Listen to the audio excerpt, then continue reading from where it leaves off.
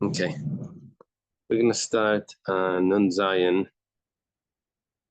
Amud Aleph, and it's maybe about 12 lines from the top. Amar Rav Yosef, Amri Bei Rav. It's interesting because it has like a two dots after it and not before it, and sort of like the new piece, and then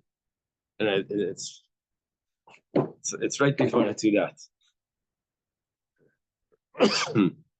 Okay. We thank Hashem that we're able to learn Torah every day. And in this chus of our learning, we should have basic Mikdash Mashiach immediately. Okay. Learning the Nishmas, and the Sanos have been seen. And therefore, Shlema for everyone that needs, and for Eretz Yisrael, the hostages. Okay, so it goes like this. Amar Rav Yosef. Yosef says, Amni Bei Rav. Said in the yeshiva of Rav. It said in the yeshiva of Rav. Al Shalish, Bei Rav doesn't have to mean the yeshiva Rav. Thank you. Bei Rav could just mean the yeshiva, the house of the teacher. It doesn't have to be specifically Rav. I think we've seen that before. Al Shalish mitzvahs ben Noach nereg. Even though there are seven mitzvahs of a non-Jew, 7 commands, 7 laws, but nevertheless, only 3 of them would incur capital punishment, and the mnemonic to remember them are Gesher, Gimel Shin Resh. Yeah, that's the siman. What are these 3? First one is Al Gili Arayas, that means adultery. Second one is Al Shvichas Damim, for murder, bloodshed. And the third one is Al Birkas Hashem, and for cursing the name of Hashem. The Gemara calls it blessing the name of Hashem, euphemistic way. Maske for Rav Sheshes. Rav Sheshes has a question. If you're going to say that there's only specific ones that are getting the capital punishment, so I can understand why Shvichas Damim should be in that category, murder, bloodshed. Because the Ksiv Shefich Dam Adam. Oh my! Let me get the Chumash. This at the end of Parshas Noach. Thank you.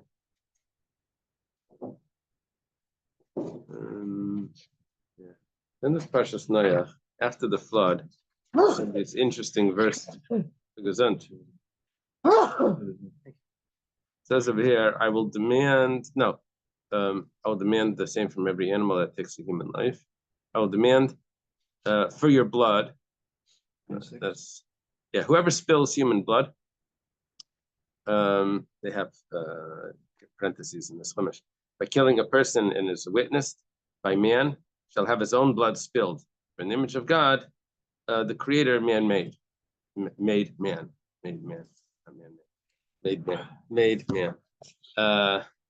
So it says clearly that someone that spills blood is put to death. So okay, so that's an easy one. But how do you know that adultery and benching Hashem goes on the same category? If we say that, we'll just say, well, we have a precedent, and we'll learn from the precedent. What's the precedent? Is bloodshed. It says if that's the case, so then afilu kulanami, then we should learn to all the other 7. Why are you being so selective if it's a precedent?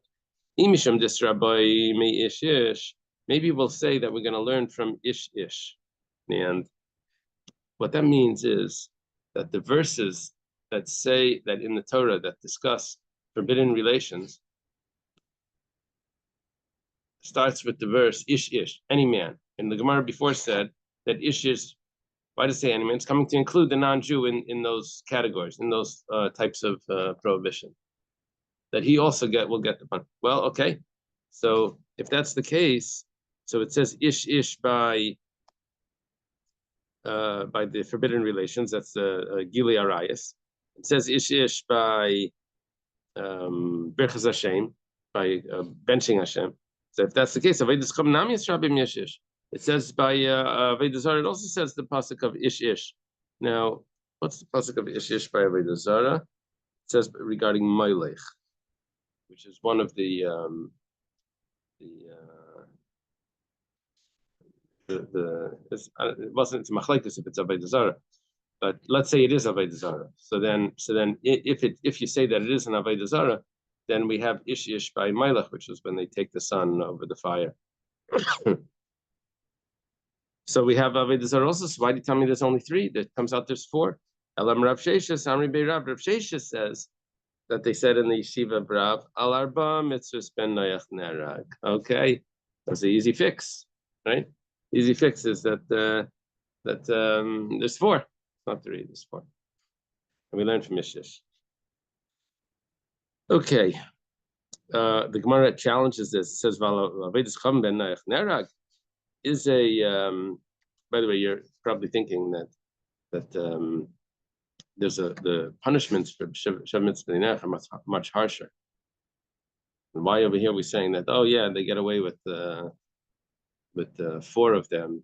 There's only with three of them because only four of them have the capital punishment. See, it's a machlekes. We're only discussing one opinion here. There is another opinion that says they all. It's coming up. Okay, so in this opinion it says by avodah zarah, the Gemara says in surprise by idolatry, a non-Jew that worships idolatry is killed. But we have a brisa avodas kechavim regarding idolatry. Only something that a Jewish court would put to death for. This is the type of idolatry that the Jewish court would say that, okay, if a Jew worships this, it's put to death. Then ben nayach muzar alayim. Those categories, the non-Jew is warned about them. They're forbidden. It doesn't say put to death, it says forbidden. Now, ashara in misalai. The fact that you said forbidden, what's forbidden for the non-Jew? The things that are capital punishment for the Jew. Sounds like it's only forbidden for the non-Jew, and he's not put to death. I'm Rav Nachman, I'm misalai, but not put to death. I'm Rav Nachman Bar Yitzchak explains this. Ashara shalahen zuhi misasan. When we said forbidden, we weren't saying that it wasn't a death penalty. We mean that they get that's forbidden and the death penalty. Okay. Yeah. And the idea here is that they're being judged by their own courts, right? Not Jewish courts. That's a very interesting question. When we tell them that they have to set up courts, do those courts have to have the laws of the Ben Noach to follow that out?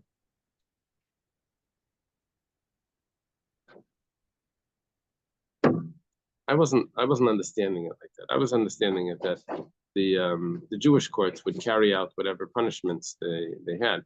Non-Jews have to set up their own courts as well, but the Jewish courts could also try so. Unless you say that this was set up. Let's say dinim is not under the Sheva Mitzvahs, which we had a possibility before. Dinim wasn't under that. And then the Gemara said dinim really was under it. It was just no. We said there was one opinion that dinim wasn't under it. Yeah. So then all of this gets confusing. I'm not sure. Okay.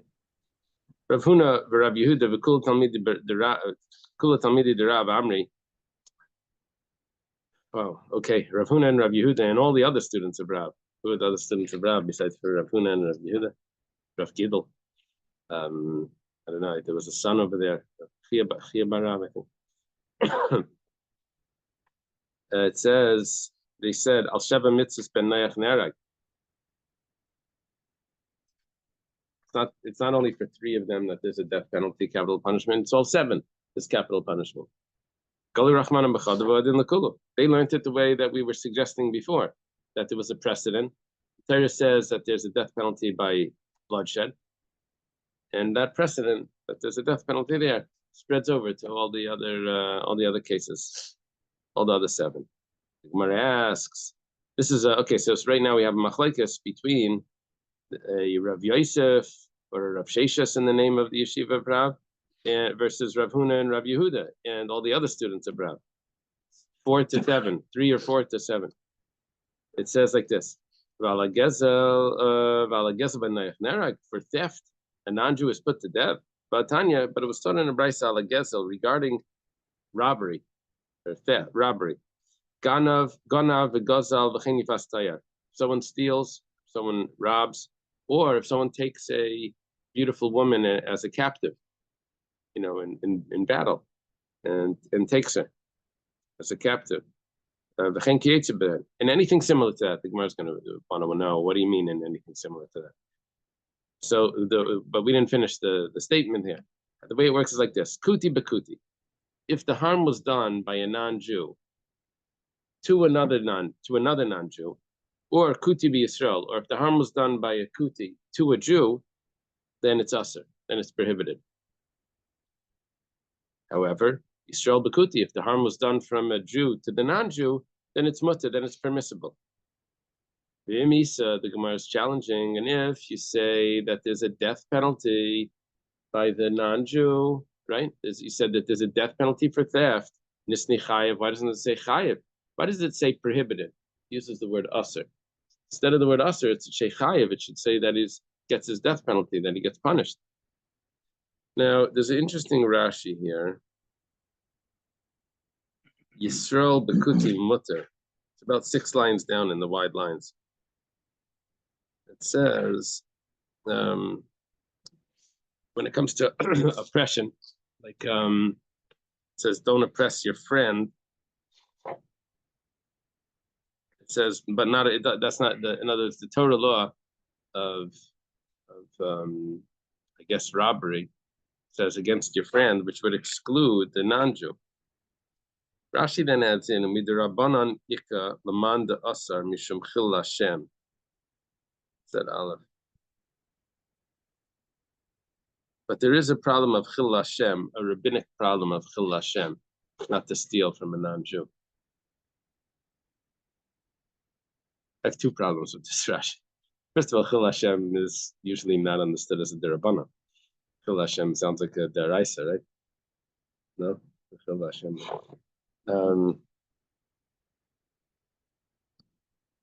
Another problem is that well, I guess this opinion in the Gemara is saying that's what it says all over Shas. Gezel Akum is also doesn't say right?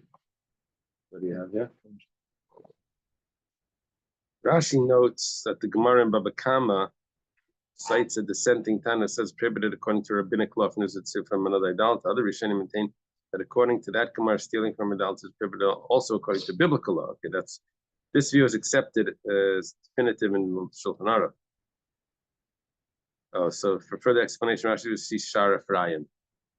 Okay. Let's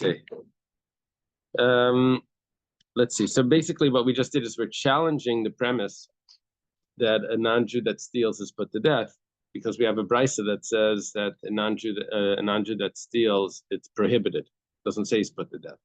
Well, if it's put to death, it should have said put to death. He said prohibited. It sounds like it's only a violation, but not put to death. So the Gemara answers, the Gemara gives this answer that you have to, this brisa was set up in a way that it wanted to be symmetrical to the laws, to the contrasting laws. So we have a contrast here between what a non-Jew does to another non-Jew versus to what a Jew does to the non-Jew. So the Sefer says, Yisrael b'kuti mutter. If you're going to tell me that it's allowed for Yisrael, on a biblical level, it's allowed for a Jew to rob from a non-Jew, that's permissible. So then when it wants to say that the non-Jew is not allowed to rob from another non-Jew or from a Jew, Tanaresha Aser. So over here it says that it's Aser. So it was making it symmetrical, not because it wanted you to understand that there's no death penalty. It just wanted to match the following case to show you that contrast. 1 second, the Gemara says, but no. But any time where there is an actual death penalty, it spells it out. Diktani Reisha, if you look at the other part of this, al shvichas damim, when it comes to bloodshed, kuti b'kuti, if a non-Jew kills another non-Jew, or kuti b'Yisrael, if a non-Jew kills Yisrael, then he's chayev. It says clearly that he's chayev. Yisrael b'kuti is pater. And Yisrael kills a non-Jew, says that he's pater. So you see, if it says that a non-Jew kills, it says chayev. So it could have said chayev. It says hacham hechid listening. It says, what do you want it to say? Listening aser mutter. You want it to say that the non-Jew killing another non-Jew or a Jew is prohibited, and the Jew killing the non-Jew is permissible. That's what you wanted to say, permissible. But Tanya, but we don't have that permissibility by the Jew for the non-Jew. It's maybe he's exempt, but it doesn't mean that it's permissible. If they're in such a category, we don't help them survive, but we also don't kill them. So it's definitely not permissible to kill a non-Jew. Maybe you don't have to assist them to get out of it. If they fall into a pit, you don't have to assist them to get them out. But it doesn't mean that you're allowed to kill them, but be a dayim to go. Talk about manslaughter or just like I'm not sure. Yeah, because when I think of like even Sufyan in the Sarah Sidibras, it doesn't necessarily say if it's a goy or it's a yid, just like not murder. Right. But I'm not sure. It seems to me murder, this is like kind of murder usually is deliberate. Mm-hmm. It's not like this is the short murder is not self-defense. Right. Yeah. It's hard to translate though, that the Hebrew, leisertzach. Leisertzach means murder. It doesn't mean other categories of that.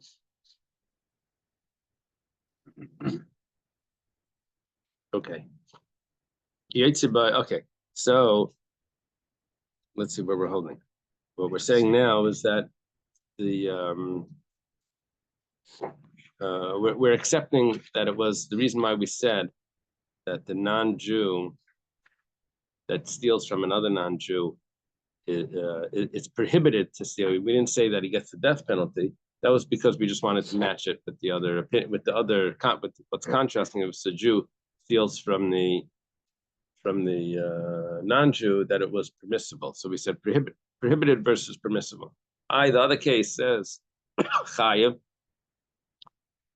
and pater. It didn't say permissible and prohibited. It says, yeah, because of you can't say permissible, because it actually isn't permissible when it comes to the case of murder.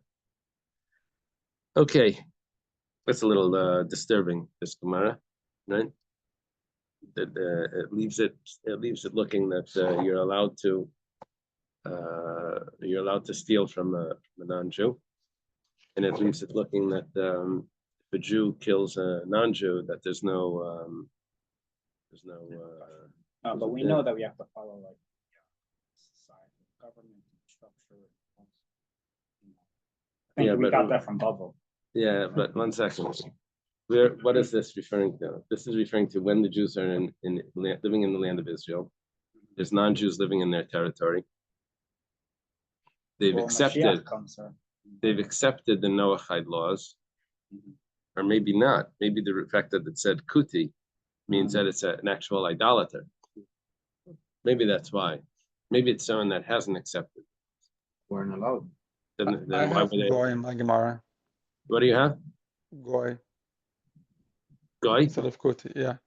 Oh, really? Mine says kuti. Says could be also, but if they don't accept the Noahide laws, they're not allowed.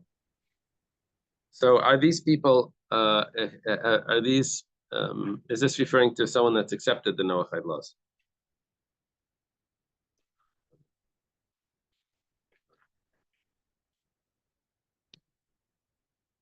Hill is saying obviously yes. Otherwise, we wouldn't have let them survive. We wouldn't let them be there.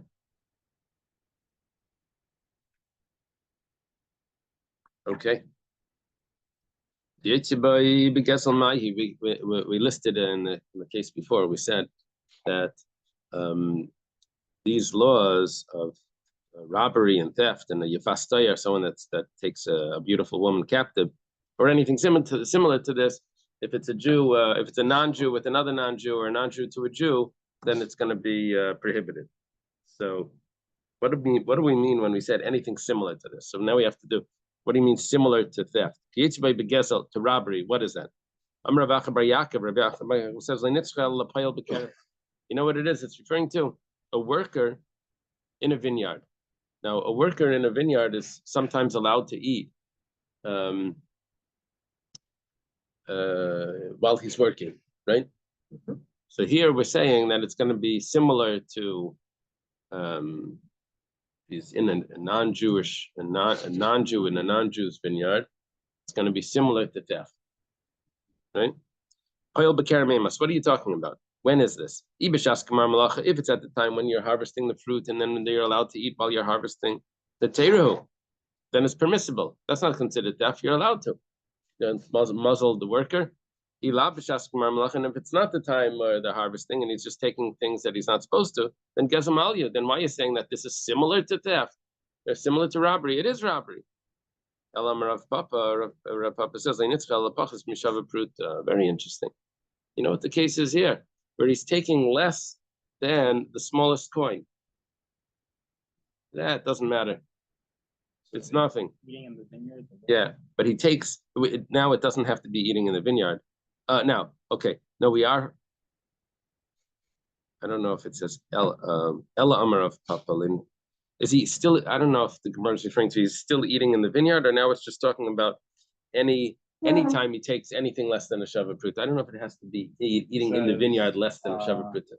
Rav Papa says that the mention of price of action is similar to robbery. Less than a Shava Pruta. Usually when the Gemara uses the term Ella, it's rejecting the last answer. So the Ella Amar of Papa is rejecting the answer of eating in the vineyard, and now we have a new answer. That what is similar to robbery is when he takes something that's less than a Shava Pruta, wherever it is. The Gemara says, 1 second. Why is it prohibited for a non-Jew to take less than a Shava Pruta, less than the smallest coin from a Jew? The Jew is going to forgive it. He's not gonna take him to court and hold him accountable for less than a Shava Pruta. That's the way the Jews are. They'll let small coins, they'll let it go.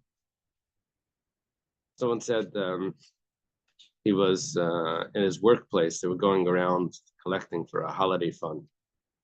And he was the only Jewish guy there. He didn't want to give to the holiday fund, and anyway, everyone's donating. So someone told him, you're Jewish, you should give. Afterwards they put a sign up of everyone that gave.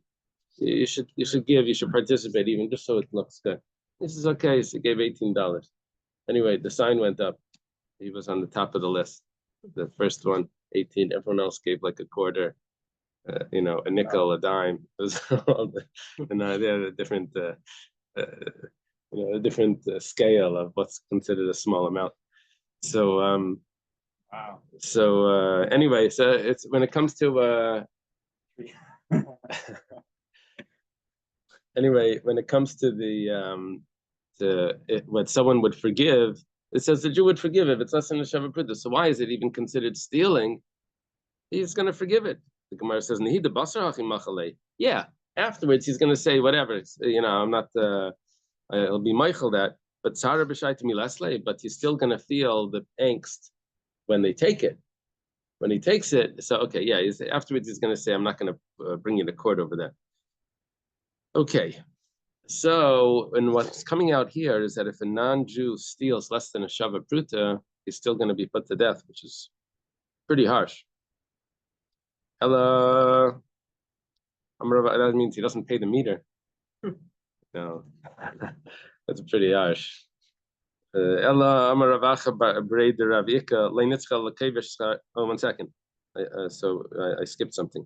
The Gemara asks. So 1 second. So why are you considering it similar to theft? It should be actual theft, because since the kuti doesn't forgive on even a small amount, even less than a Shava Pruta, so this is regular theft. Now, okay. So the Gemara says, "You're going to find a new answer. What is considered similar to theft? It's going Ella l'kevish schar sacher. It's someone that doesn't pay his worker. Kuti b'kuti. If it's a kuti with a kuti, so a non-Jew with a non-Jew, b'kuti b'Yisrael, or a non-Jew that doesn't pay his Jewish worker, then it's aser. Then it's prohibited. Yisrael b'kuti. If it's a Jew that doesn't pay the non-Jew, then it's going to be permissible. Okay, now Rashi mentions that it's not considered gezel. It's only similar to gezel because you don't actually grab anything and take it. Gezel would mean actually like getting your, grabbing and taking.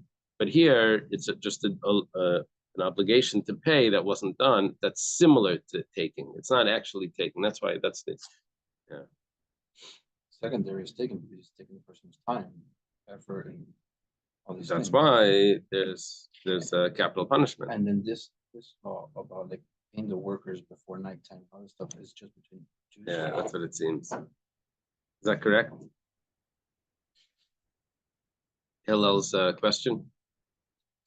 Paying a worker before nighttime is a law by a Jew, by only between two Jews.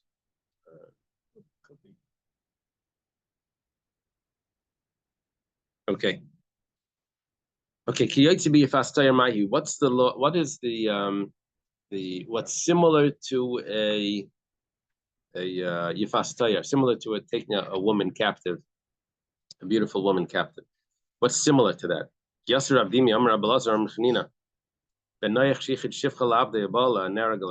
you have to understand what's happening here. He took a slave. He captured a girl, which it seems like that's not the problem, right? The fact that he captured her was in battle or something, and the problem is that he lived with her. So he's allowed to have her as a slave, but he can't live with her. Here, he's living with her, and he's going to get capital punishment because of that. What's similar to this? So what's similar to this is that if a non-Jew designates a wife for his own slave, and then he goes to he designates his wife. He designates another maidservant for his slave, right? He allocates one of his slave women to will be your wife to the slave man. And then the master himself goes and lives with that slave woman that he's designated to the slave. Neragala, that's considered that he's living with this it's not Ashes Ish, but it's considered like a Yafastaya.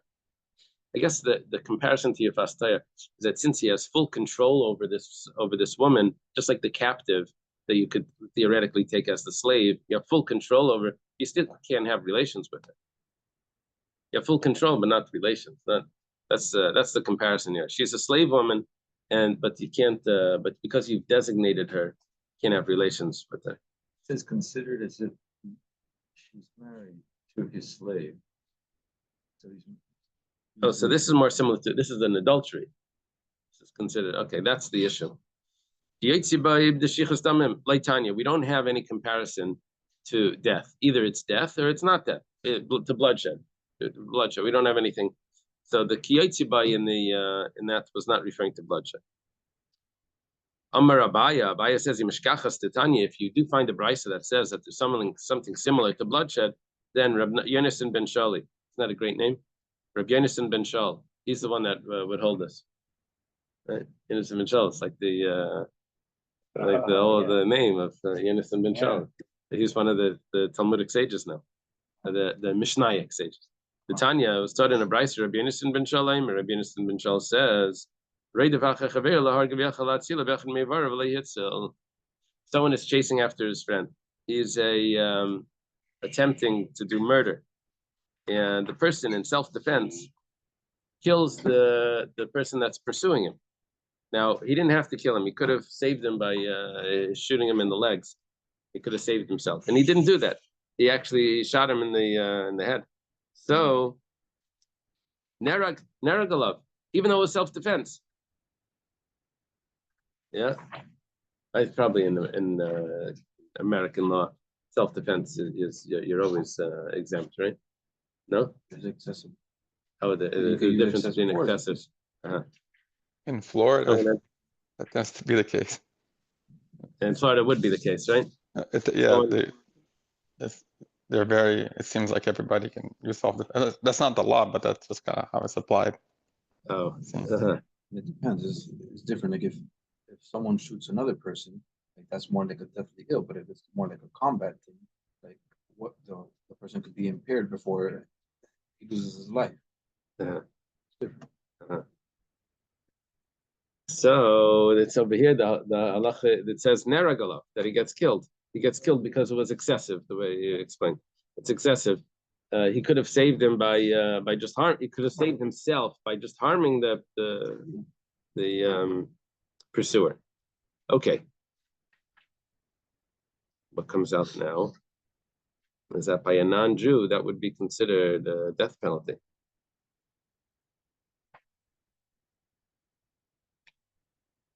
And the same with the Jew with another Jew, that would also be the death penalty if he was warned. But if a Jew does this to a non-Jew, that would be exempt. If there was excessive against the non-Jew, that's interesting. This is according to Rabbi Yonasan. The Rabbanan don't hold like this. Okay. Ashkach Rabbi Yaakov Baracha Daviksiv b'Sefer Agadah to the Beirav. Rabbi Yaakov Baracha found that it was written in the book of Agadah, in the yeshiva of Rav. Ben Noyach Nerag B'Dayin. Rabbi Yaakov Baracha is, I think, the son of Rav Acha Bar Yaakov, and was more common. And in the Gemara in Kedushin, he went to study by Abaya, and then he came back. And his father says, you weren't doing so well, so let me go instead of you. He looked at his report card. He saw it wasn't so great. So he says, okay, you stay here and take care of the farm, and I'll go to yeshiva. I don't remember which one was which, but anyway, he found this what it was written in this scroll. Ben Noach Nerag B'Dayin Echad. A non-Jew is put to death with one judge. Usually, the death penalty for a Jew is 23 judges. Beid Echad. Usually, we need 2 witnesses. By the non-Jew, 1 witness is good. Shlei Basra. Usually, you need to be warned before the crime. Do you know that this is going to incur over here, even without Asra? Mipiyish, from a man, but not from a woman. Okay, so it looked like we were going really lenient here, but then that's one thing that we're not accepting. Not accepting testimony of a woman in this non-Jewish case. Bafilu Karav. However, the witness could be a relative. Okay. Mishum Rabbi Shmuel Amru Afalu. In the name of Rabbi Shmuel, they said that also there's a death penalty also for if someone kills a fetus, like abortion. We know Animili. How do we know this, right? Do you disagree with Rabbi Shmuel? Here it says that it's talking about. Number 3. That is, if a Noachite struck a pregnant woman, killing her unborn baby is liable to execution. The Israelite law, however, although this is certainly prohibited, an Israelite is not liable for killing a fetus. He is executed only for killing a baby that was born full term. Yeah. So the non-Jew has a much stricter law. For a non-Jew, abortion would be capital punishment. It's not like an abortion, like striking the belly. Maybe that's how they did abortions back then. Yeah, but it doesn't matter if it was because of a fight, or if it was because of a pill, or if it was because of this. It's considered a life, and that would be considered murder. Okay. So by a Jew, it's only by a full term. By the non-Jew, even if it's just a fetus. Yeah. Why are we like more?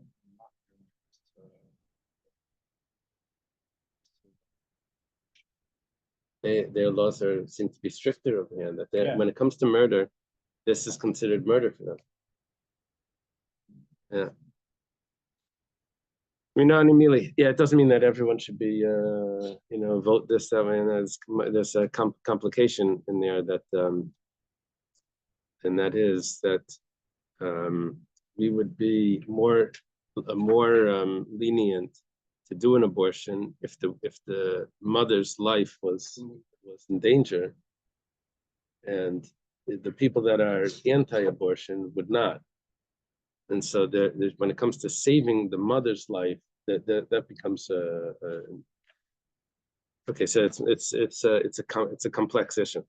How do we know this? Rav Yehuda says, it says, back to the psukim over here. This is number 5. It says, but I will demand on account for your blood, if you take your own lives through suicide, okay? And then it goes further, and I will demand the same from every animal that takes a human life, and from a man who intentionally kills another man, or a man who intentionally kills another man whom he loves like his brother, I will demand the man's life. Okay, now we go through these psukim. This is all the source. Those psukim are the source for the Noahide laws. It's right after the flood.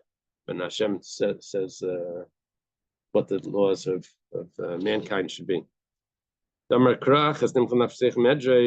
demand, because it's a singular, that means even one judge. Miyad kol chaya, from any animal. I'm sorry, it means from any living being. Even without a warning. Miyad adam, I will demand from the hand of man. It says that wouldn't, because it's a singular over there. I mean, even one witness. Miyadish, when it says from the hand of a man, but not from a woman. That means the witness can't be a woman. It says achiv, his brother, afilu karav, even if it's a relative. Then Rabbi Shmuel says even for a fetus. My time with Rabbi Shmuel, it's the reason for Rabbi Shmuel that says that a fetus is considered a life, and it's considered murder. Someone kills the fetus. Someone that spills the blood of man in man. Blood he has spilled. So what's the blood of man in man? Ezu adam shehu ba'adam. What is a man in a man? It must mean the fetus that's in the mother's womb is the man in the man, right? It's the human inside another human. If you read it like that. The Tanakama, what does the Tanakama say? That the Tanakama holds different than Rabbi Shmuel, that it's not considered murder. The Tana de Bey Menashehu, that's the opinion of the Bey Menashe. The Amar Kol Misa Murla Ben Noyach Ein Elechenek. They say that any death penalty that the non-Jews incurs is always going to be strangulation. The way they will understand the pasuk, B'shadi lehai be'adam, they take this be'adam, when it says in a man, a sefer dekra. They use it for the end of the pasuk where it talks about the punishment, v'darish behachi, and they learn it the following: Ba'adam dameh yeshafech. That in the man his blood is spilled. What type of punishment is there where the blood is spilled inside the person himself? That must be strangulation. Where you don't actually let the blood out. It's not getting killed by the sword, it's strangulation. We said before that Kol Nisa Amur ben Nayach was always Sayef. Right? It was always the sword. Hereg. But the Bey Menashe holds that it's chenek, strangulation. That's the capital punishment that's used. Where do they get it from? They take the source that's used for abortion, that prohibits the murder of a fetus, and they use that pasuk to tell me that the punishment is that it's in the man, that the blood is not shed. The blood is not doesn't leave for the punishment. Okay. Masiv Rav Amnuna has a question. You said that it's from a man, but not from a woman. That means a woman doesn't go under the halachas of the Noahide laws. A woman is like exempt from this whole category. But we have a pasuk. Now this pasuk is said by Avram Avinu. Now Avram Avinu at that time is considered a ben Noach, because it's before the giving of the Torah. So he's considered a Noachide. And what does it say there? That he will, because I know that he will command his household and his sons and etc. But it says his household. What's his household? His household means his wife, or daughters. So Rav Amnuna answers his own question. It says Banav Ladin. In that verse where it says his sons and his household, it says the sons are he will command them to do judgment, but his household he will command them to for charity. Now, what is he answering?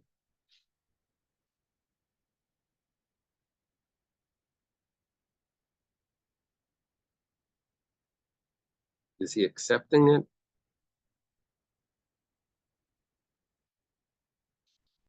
Let's go further, because what it sounds like right here is that he's accepting that the women don't have the laws of don't go under the categories of the Noahide laws. They just have to do charity. Amalei Rav Avia Saba or Rav Papa. Rav Avia Saba says to Rav Papa, "Ema basnaich shaharga leiti harig."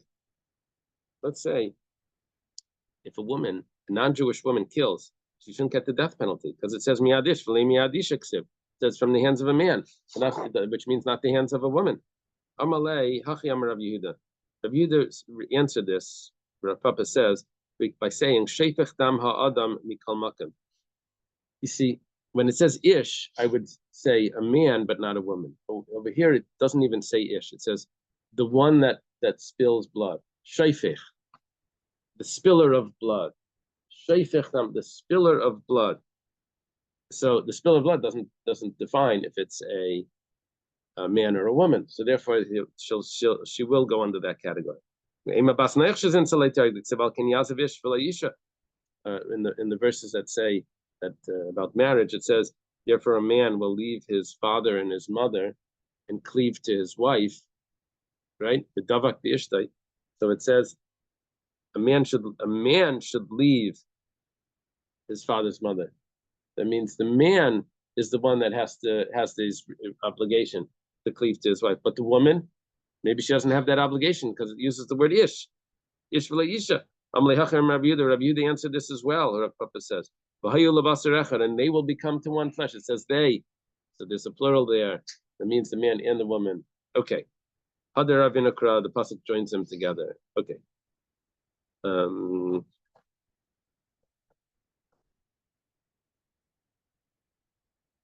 You see a place that we'll be able to stop after this Tanur Rabbanan. The Tanur Rabbanan, does it have like a mark there somewhere there?